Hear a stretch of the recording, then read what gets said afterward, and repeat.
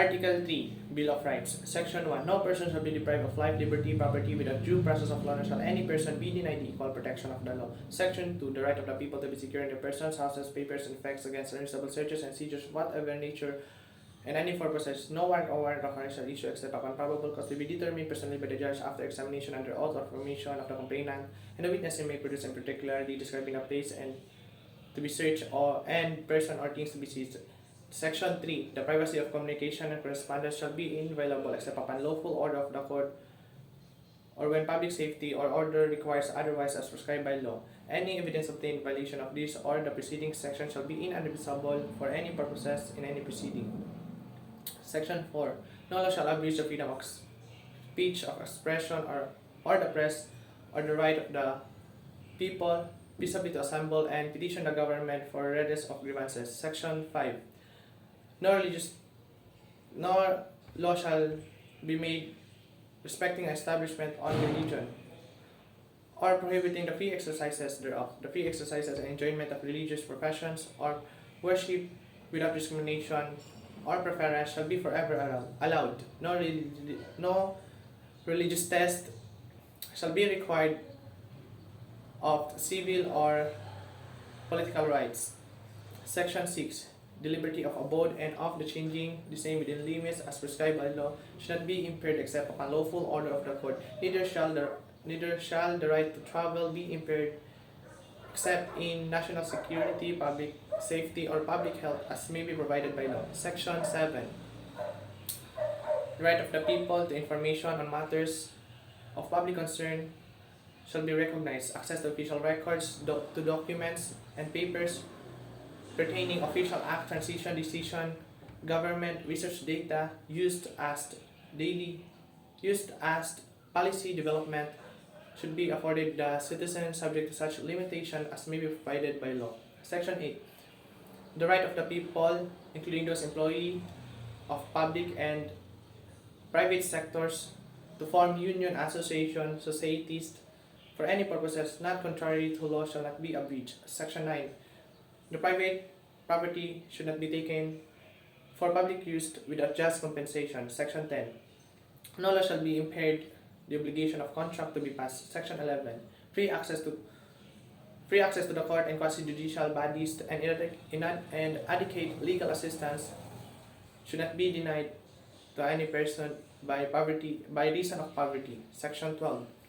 Any person under investigation of commission of an offense shall have the right to be informed his right to remain silent and have competent and independent counsel as preferred on his own choice. If the person cannot afford the service counsel, he must provide it with one. The right cannot be waived except in writing and presence of the counsel.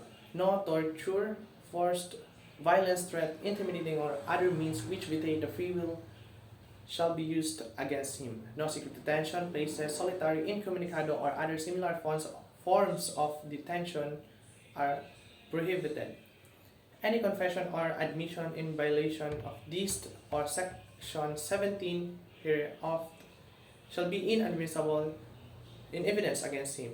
The law shall provide penal and civil sanction in violation of this section, as well as compensation and rehabilitation of victims of torture or similar practices and their families. Section 13. All person among those charged with offense shall be punished by reclusion perpetua, which evidence of guilt is strong, before conviction be bailable by insufficient sureties, or to be released as recognizance as may be provided by law. The right to bail should not be impaired except even when the privilege of writ of habeas corpus is suspended. Excessive bail should not be required. Section 14. No person shall be held to answer for criminal offense without due process of law. In all criminal prosecution, the accused shall presume innocent until the contrary is proved, and have and shall have the right to enjoy, to be heard by himself and counsel, to be informed of the nature and cause of the accusation, to have speedy, impartial, and public trial, to meet the witness face to face, to have compulsory process to secure the attendance of the witness and production in evidence in his behalf. However, after arraignment, the trial may proceed notwithstanding the absence of the abused, provided that he has been duly notified and failure in appearance is unjustifiable. Section 15. The privilege of writ of habeas corpus should not be suspended except in cases of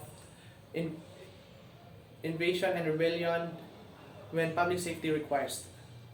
Section 16. All persons have the right to have speedy disposition in any cases before jurisdiction,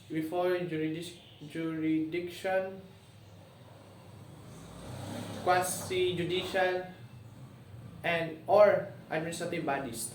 Section 17. No person shall compel to witness against himself. Section